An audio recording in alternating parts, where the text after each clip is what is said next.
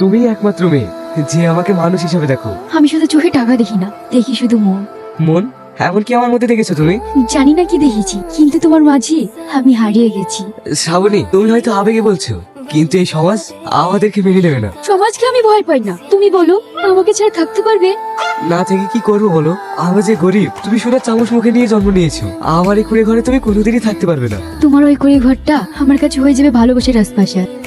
আপনার মেয়ে হয়ে একটা ভিখারি ছেলের সঙ্গে ছি ছি ছি ছি ছি, এটা কি মানা যায়? এসব কি বলছো তুমি? আমি বলছি না স্যার, গোটা সমাজের মুখে একই কথা। এইসব কথা শুনতে আমার আর ভালো লাগছে না, কারণ আপনার একটা মান সম্মান আছে।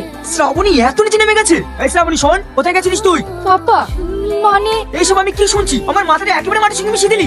আমি এমন কাজ করিনি পাপা যে আপনার সম্মানে বাদে। একটা ভিখারি ছেলের সঙ্গে প্রেম করে বলছিস কিছু করিনি?